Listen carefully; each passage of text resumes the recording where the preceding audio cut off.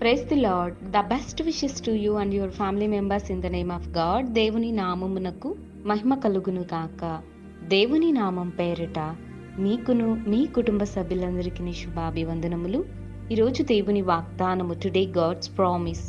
నీవు నా ప్రార్థనను అంగీకరించి ఉన్నావు.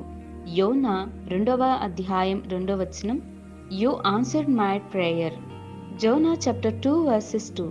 క్రీస్తునందు ప్రియమైన సహోదరి సహోదరులారా, మన దేవుడైన యెహోవా ఉదయకాల సమయంలోనూ మనందరితోనూ మాట్లాడుతున్నాడు. అది ఏమిటి అంటే, ఈ లోకంలో ఎవరైతే ఎలాంటి పరిస్థితుల్లో ఉన్నారో, ఎలాంటి దీన పరిస్థితులను ఎదుర్కొంటూ వాటిని బట్టి చింతిస్తూ ఉంటున్నారో అట్టి వారందరితోనూ దేవుడు మాట్లాడుతున్నాడండి. ఎవరైతే దేవునికి ప్రార్థిస్తారో దేవుడు తన ప్రార్థన తప్పకుండా ఆలకిస్తాడండి.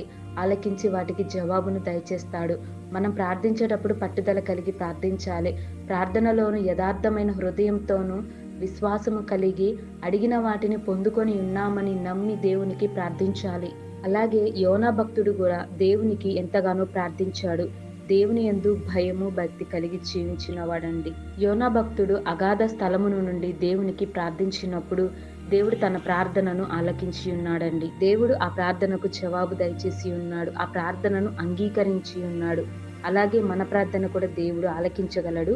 వాటిని బట్టి మనకు దేవుడు సహాయమును చేయగలడండి. కాబట్టి ఎవరైతే ఈ ఉదయకాల సమయంలో దేవునికి అన్ని విషయాల యందు ప్రార్థిస్తారో, లోకానుసారాన్ని బట్టి ఎంతమంది అయితే ఉంటారో వాటన్నిటిని విడిచి వాటిని మన జీవితాల నుండి తొలగించుకొని దేవునికి మన జీవితాలను అప్పచెప్పుదాం.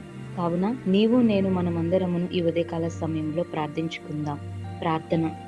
ప్రేమ కలిగిన దేవా, దయగల తండ్రి, నీ యొక్క శ్రేష్టమైన నామమును బట్టి స్తోత్రములు. తండ్రి, మాతో మాట్లాడండి. ఈ వాక్యం ద్వారా ఎందరైతే వింటున్నారో అట్టి వారందరికీ ప్రభువా నీ యొక్క శ్రేష్టమైన వాగ్దానముతో వారితో నింపండి.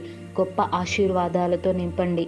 ప్రభువా, ఎలాంటి స్థితిలో వారు దీన స్థితిలో ఉండి ప్రార్థిస్తున్నారో, ఎలాంటి ఇబ్బందులలోను ఇరుకులోను అయా నాయన, ఈ నాయన ఎంతమంది అయితే ప్రార్థిస్తున్నారో ఈ ప్రార్థనలో ప్రతి ఒక్కరు నీ నామాన్ని బట్టి వేడుకుంటున్నారు. కాబట్టి దేవా, వారి ప్రార్థనను మీరు ఆలకించండి. ప్రార్థన ఎందు పట్టుదల కలిగి జీవించే ప్రతి ఒక్కరికి నీ యొక్క విశ్వాసాన్ని ప్రభువా, నీ యొక్క తెలివి జ్ఞానమును అనుగ్రహించమని నజరేయుడైన యేసు నామమున ప్రార్థిస్తున్నాను తండ్రి. ఆమేన్.